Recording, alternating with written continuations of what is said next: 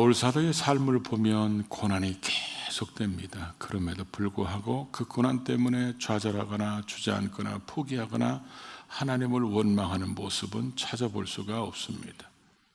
근데 어떤 사람은 고난만 왔다 하면 주저앉아서 하나님을 원망하고 불평하는 사람들도 있습니다. 우리의 삶 속에 어떤 위기가 왔을 때 그것을 대처하는 모습은 신앙에 따라서 믿음에 따라서 천차만별일 수 있습니다. 문제 앞에 두려워 떨면서 아무것도 못하는 사람들도 있고, 그 문제를 오히려 우리가 더 성장하고 성숙하는 그런 발전의 그 도약의 발판으로 디딤돌로 활용해서 아름답게 더 크게 쓰임받는 사람들도 있습니다. 어떤 사람들이 그렇게 승리하고 어떤 사람은 그렇게 실패하고 주저앉을까? 그 차이는 뭐라고 우리가 얘기할 수 있을까?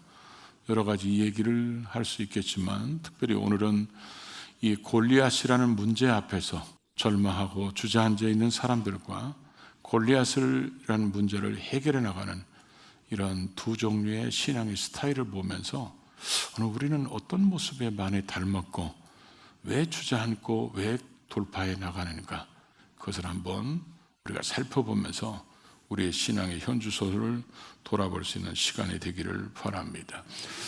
먼저 이 골리앗이 나왔을 때 사람들은 굉장히 두려워할 수밖에 없었겠죠. 왜냐하면 골리앗은 보통 우리가 키 크다 이 정도 수준이 아니었기 때문에 그렇습니다.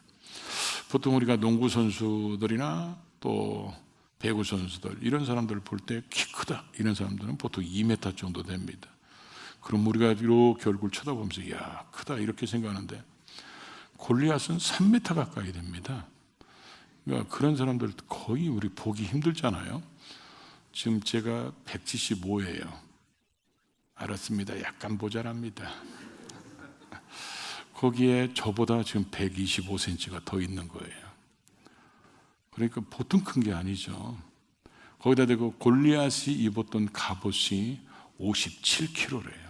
거기다 대고 골리앗이 가지고 다니는 그 창이 끝에 쇠로 된 게 그게 7kg라고 이렇게 표현되어 있고, 머리에는 노수로 된 투구를 쓰고, 또 이 갑옷은 이 비늘처럼 만들어진 그런 우리 사극 같은 거 보면 그런 옷 나오죠. 그러고 나서 이제 다리는 보호하기 위해서 노수로 된 각대를 대고 있었다. 완전 모장하고 있었다는 거죠.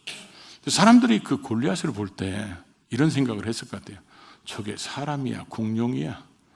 그 정도로 고급 언어 한번 쓸게요. 대따 크다는 거예요. 그런 사람을 본 적도 없는데, 그러다 보니까 사람들이 골리앗 때문에 두려워하게 되는데, 이 골리앗이 당시에는 가끔 이런 전쟁도 했다고 그래요. 이쪽에서 한 사람, 이쪽에서 한 사람. 그래가지고 양쪽에서 내세우는 사람 1대1로 해서 지는 사람이 이긴 사람의 종이 되는 거예요. 그래서 조공을 바치고 그런 식으로 전쟁을 했는데, 골리앗이 그렇게 외치기 시작한 지가 40일이 지났는데 아무도 나서서 싸울 수가 없는, 갖은 모욕, 조롱 이렇게 하더라도 아무도 나가서 싸울 수 있는 사람이 없었다는 것입니다. 그럼 우리는 이런 생각이 들죠. 아니, 그들은 하나님의 살아계심도 경험하지 못한 사람들인가? 아니, 하나님이 누군지를 몰라? 왜 그렇게 두려워하고 있지? 근데 성경을 찾아보면 오늘 본문에 나오는 다윗은 사실 골리앗과 도전해서 싸울 때 그때까지 전쟁을 한 번도 경험해 보지 못한 사람이에요. 근데 지금 이 전쟁터에 있는 사울 왕이나 거기 싸우고자 하는 사람들은 대부분 사람들이 어떤 사람이냐? 전쟁을 6번 이상 치렀던 역전의 용사들입니다. 어떻게 보면. 그래서 우리가 사무엘상 11장에 보면 암몬 사람들이 쳐들어옵니다. 그러니까 이 암몬에서 이기게 하기 위해서 하나님이 사울에게 성령으로 뜨겁게 감동하니까 사울이 주의 신으로 충만해가지고 사람들을 모으는데 33만 명이 몰려옵니다. 그래서 길르앗 야베스에서 암몬 사람들과 싸워서 대승을 거둡니다. 그러고 나서 이제 블레셋 사람들이 또 쳐들어옵니다. 그래서 이 블레셋 사람들이 쳐들어왔는데 믹바스에서 이 블레셋 사람들과 싸워서 또 대승을 거두게 되죠. 그러니까 2번 다 이겼다 해도 여러분의 표정은 전혀 안 믿는 것 같은데 14장 46절 47절에 가보면 이렇게 기록되어 있습니다. 거기에 보니까 사울이 이스라엘 왕위에 오른 후에 사방에 있는 모든 대적 곧 모압과 암몬 자손과 그 다음에 에돔과 소바의 왕들과 블레셋 사람들을 향하여 블레셋 사람들을 쳤는데 향하는 곳마다 이겼고 용감하게 아멜렉 사람들을 치고 이스라엘을 그 약탈하는 자들의 손에서 건졌다. 여기에만 보면 6나라하고 싸웁니다. 그래서 6나라와 싸워서 연전연승하고 승승장구합니다. 이 사울이 전쟁에서 저부지런해서 여기까지는. 그런 사울이 그렇게 전쟁에서 승리하는 이 사울이 왜 이 골리앗 앞에서 아무것도 못하고 그렇게 하나님께서 6번이나 승리를 줬다면 그렇게 승리하게 하신 하나님이 저 골리앗, 우리가 옛날에 그 블레셋 사람들과 mik바스에서 전쟁에서 승리한 적이 있는데 저들이 다시 쳐들어왔는데 그래서 우리가 지겠냐? 하나님이 이기게 하셨는데 또 이기게 하시겠지? 이렇게 도전할 만도 한데 40일 동안 갖은 그런 조롱거리가 되더라도 싸우지를 못합니다. 왜 그랬을까요? 그들이 지금 보는 골리앗은 너무 크기 때문에 그래요. 지금까지 자기들이 전쟁할 때마다 도우신 하나님보다 이 골리앗이 너무 커 보이는 거예요. 그러니까 골리앗이 커 보이니까 하나님이 안 보이는 거예요. 골리앗의 목소리가 커지니까 하나님의 소리가 안 들리는 거예요. 이 지금 사울왕과 이스라엘 사람들의 특징은 어제까지는 도우신 하나님인데 오늘은 지금 이 골리앗의 현장 속에 하나님이 없다는 거죠. 이 신앙이 왜 사람들이 문제 속에서 자꾸 주저앉고 그러냐면요, 우리에게 수없이 많은 질병이란 골리앗이 올 수도 있고 경제의 골리앗이 올 수 있고 환난의 골리앗이 올 수 있어요. 근데 이런 것들이 왔을 때 왜 믿음의 사람들이 하나님이 있는 걸 뻔히 알고 하나님의 살아계심을 경험한 사람들이 왜 주저앉냐? 전능하신 하나님보다 이 골리앗이 갑자기 커 보이면 사람들이 두려워서 아무것도 못합니다. 우리는 환경의 지배를 잘 받기 때문에 사람들이 사람을 창조하신 분이 하나님이신데 사람 중에서 그렇게 대따 큰 골리앗을 보니까 하나님보다 더 커 보이는 것들 때문에 주저앉게 된다는 것입니다. 어제까지 도우신 하나님, 그전에 도우신 하나님이 오늘 또 도우실 수 있는 하나님이라는 것을 이 환경의 지배를 받으면 사람들이 두려워서 그 하나님을 놓치게 된다는 것입니다. 그래서 우리 믿는 사람들이 환난에서 두려워하게 되고 환난에서 주저앉게 되고 원망불평하는 이유가 바로 그런 것들 때문에 그렇다는 거죠.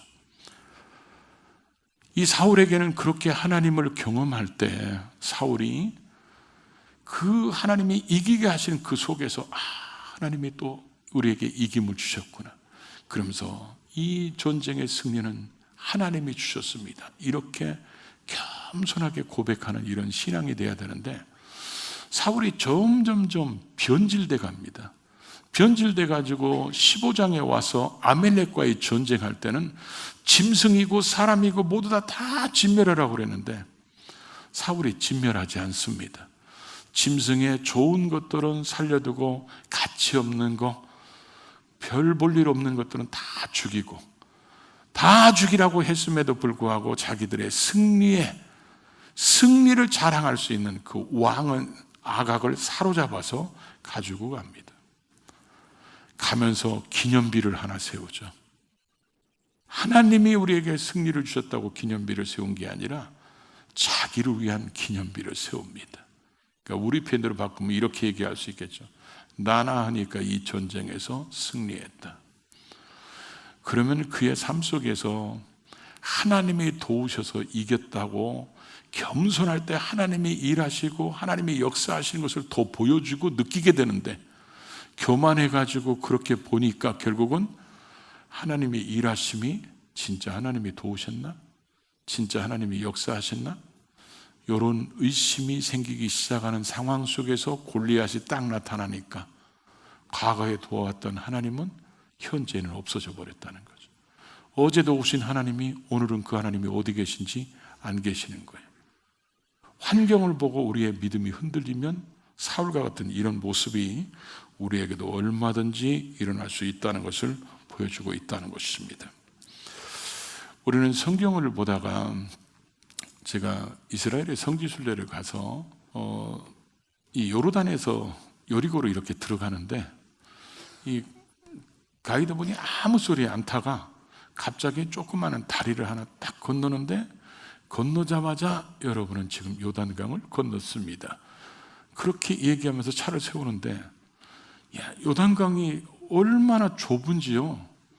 야, 이게 이들이 요단강을 건널 때는 미리 수확기라 이게 물이 넘실 거라서 그렇게 홍수 지경에 이를 정도라고 그랬는데 사실은 맘만 먹으면 넓이뛰기 좀 잘하면 그냥 점프해서 뛸 것 같아. 그리고 사람들이 건널 때 큰 나무 몇 개 갖다가 엮으면 그냥 다 거기 건널 것 같아요. 정말 조그만해요. 근데 이 요단강을 왜 하나님이 그렇게 나무로 다리 놔가지고 얼마든지 금방 다리 놔서 건너게 하실 수 있는데 왜 하나님은 그렇게 하시지 않고 요단강을 갈라지게 하신 다음에 그들로 건너게 하셨을까? 오늘 우리에게 중요한 교훈을 주고 있어요. 그게 바로 뭐냐면 이스라엘 백성들이 홍해에서 나와 홍해를 건널 때 1세대들 그 다음에 2세대들이 이제 홍해를 건너는데 1세대들은 여호수아 갈렙과 그냥 다 광야에서 죽잖아요. 그러면 2세대들이 홍해를 건널 때 그들이 홍해가 갈라지고 마른 땅으로 건넜던 것을 본 사람들, 이런 사람들이 어렸을 때 경험이고 이제 광야 속에서 이제 3세대들이 태어납니다.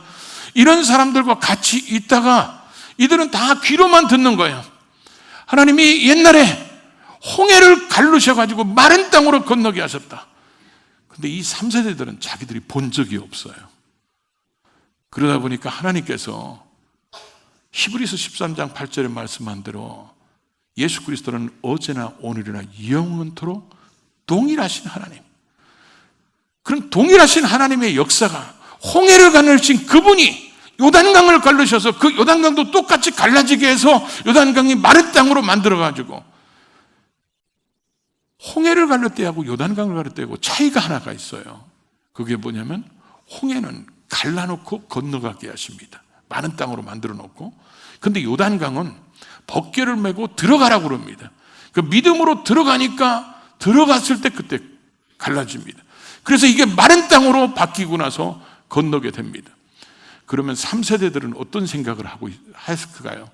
그래, 우리 조상들이 홍해를 마른 땅으로 건넜던 거, 그 하나님이 옛날에만 어제만 일하신 하나님이 아니라 지금도 우리 가운데서 일하셔서 요단강을 갈라주심으로 옛날에 우리 조상의 하나님, 그분들과 같이 하셨던 하나님이 오늘 우리와 함께 하시는 하나님이라는 것을 그들이 경험함으로 어제의 하나님이 오늘의 하나님이 될 수 있다는 것을 이들은 체험적이고 경험적인 것들을 갖도록 만들어 놓으셨다는 거죠. 우리는 신앙생활 하면서 성경에 하나님을 가둬놓으면 안 됩니다. 성경에 있는 하나님이 내 삶 속에서 일하시는 하나님으로 경험해야 돼요. 이스라엘 백성들을 이끌어내신 하나님이 우리를 이끌어내신 그 하나님을 경험하고, 그리고 그 경험했던 그 하나님이 어제의 하나님이 아니라 오늘도 우리와 함께 하시고 내일도 우리와 함께 하셔서 우리가 주님 앞에 서는 그날까지 계속해서 언제나 우리와 함께 하시는 하나님이라는 것을 믿고 나갈 때 이 골리앗 앞에서 주저앉아버리는 사울의 신앙 스타일을 극복할 수 있는데, 이 골리앗이 크게 보이면 주저앉아버린다는 것입니다. 그러나 반면에 이 다윗은 아버지의 심부름으로 이 전쟁에 참여하게 됩니다. 그래서 형들에게 보급품을 갖다 주고, 그랬을 때 이 골리앗이 하는 얘기를 듣습니다. 골리앗을 하는 얘기를 듣고 다른 사람들은 다 두려워해서 도망가는 상황 속에 이 다윗은 마음속에 거룩한 분노가 일어납니다. 저 할례받지 못한 인간이 살아계시는 하나님의 군대를 모욕한다고, 자기가 싸우러 가겠다고 그럽니다. 그랬더니 다윗의 큰형이 다윗을 책망하죠. 우리 표현대로 바꾸면 이런 겁니다. 네가 여기 전쟁터에 와 있으면 소는 누가 키우냐? 소는 누가 키워? 지금 그 얘기입니다. 너 양 누구에게 맡기고 왔어? 네가 지금 양이나 돌보고 있어야 되는데 여기 와서 지금 이 소리를 하는 거 보니까 네가 교만해서 그래. 네 마음이 악해서 그래. 그리고 너는 전쟁에 지금 사람의 목숨을 걸고 싸우는 것인데 너 구경 왔냐? 이러면서 막 책망을 합니다. 그럼에도 불구하고 다윗은 싸우겠다고 합니다. 이런 얘기가 이제 사울왕에게 전해지고, 사울왕은 누가 골리앗하고 싸운다고 했을 때 사울왕은 얼마나 기대를 했을까요? 그래가지고 딱 왔는데 보니까 누구예요? 다윗입니다. 다윗을 보고 사울이 이렇게 얘기하죠. 너는 소년이고 저 사람은 어렸을 때부터 용사다. 네가 싸울 수 있는 상대가 안 된다는 거죠. 그때 다윗이 간증을 합니다. 오늘 우리가 읽은 것이 다윗의 간증이에요. 그러면서 뭐라고 얘기합니까? 내가 양떼를 돌보는데 사자나 곰이 나타나서 이 양떼를 물어가면 쫓아간다는 거예요. 가서 친다는 거예요. 가서 물맷돌을 던져서라도, 그래갖고 그들의 입에서 양 새끼를 뺏어오고, 그리고 그들이 나를 해치려고 그러면 그 수염을 잡아 뜯고 쳐가지고 물리쳐 이겼다는 거예요. 그런데 그게 하나님이 그렇게 해주셨다는 거예요. 그래서 사자도 곰도 물리쳤으니까 하나님께서 그 내가 물리친 짐승의 하나인 것처럼 저 골리앗도 그렇게 만들 것이다. 지금 사울하고 다윗의 신앙에 큰 차이점이 하나가 있어요. 다윗은 사자와 곰 속에서 건지신 그 하나님이 어제 건지셨다면 오늘 또 건지실 수 있고 내일 또 건지실 수 있다는 거예요. 그러니까 도전합니다. 그런데 이 사울왕은 어제의 하나님밖에 지금 골리앗이라는 문제 앞에서 어제의 하나님만 알지 지금 일하시는 하나님을 두려움 때문에 놓치게 되는 거예요. 근데 이 사울은 그런 사람이었지만 다윗은 두려워하지 않습니다. 다윗은 하나님께서 나를 그때도 건지셨으면 지금도 건지시고 앞으로도 건질 거니까 자기가 싸우겠다는 거예요. 그래서 결국은 사울왕도 가서 싸우라고 얘기합니다. 그래서 자기의 투구를 줬는데 커가지고 얼굴 가려서 쓸 수도 없고, 그리고 갑옷을 주니까 질질 끌려서 입을 수도 없고, 칼을 주니까 부자연스러워서 결국은 다윗이 잘 쓰는 물맷돌 가지고 가서 싸우러 갑니다. 성경을 쭉 보면 골리앗은 완전 무장한 사람입니다. 다윗은 아무것도 무장하지 못했습니다. 골리앗은 그렇게 어떻게 보면 상남자 스타일이에요. 다윗왕은 꽃미남 스타일이고, 어쩌면 다윗의 키가 골리앗의 절반밖에 안 될지도 몰라요. 왜냐하면 다윗은 미성년자이기 때문에 전쟁에 참여할 수도 없고, 그래서 다윗의 형들 중에서도 지금 3명만 전쟁에 참여했으니까 그 밑에 있는 사람들도 전쟁에 참여하지 못했기 때문에 다윗은 굉장히 적은 사람이었을 거예요. 그런데 다윗은 그런 속에서도 자기가 싸우겠다고 지금 얘기하면서 다윗의 이 간증 속에 반복되는 간증이 있어요. 뭡니까? 살아계신 하나님이라는 거예요. 살아계신 하나님이라는 거예요. 그 살아계신 하나님이 어제는 살았고 오늘은 죽은 하나님이 아니라는 거예요. 어제도 살아계신 하나님이 오늘도 살아계시고 내일도 살아계시기 때문에 그 하나님이 나와 함께 하시니까 어제도 건지신 하나님이 오늘도 건지시고 내일도 건지실 것이라는 그런 믿음이 있으니까 골리앗에게 이 다윗이 도전하고 있다는 것을 우리에게 보여주고 있다는 거죠. 하나님이 오늘도 일하시는 하나님이라고 다윗이 믿으니까 골리앗보다 더 큰 하나님이 보이고, 골리앗의 목소리보다 하나님의 목소리가 더 크게 들리니까 다윗은 도전하게 된다는 거죠. 지금 이 사울왕과 이스라엘 사람들이 볼 때는 골리앗을 보니까 저렇게 큰 사람, 투구 쓰고 갑옷 입고 각대로 받치고 공격할 틈이 없을 것 같아. 그런데 다윗이 볼 때는 틈이 하나 있었죠. 어디죠? 맞박염. 이마가 보였겠죠. 이마가 반짝반짝 빛났겠죠.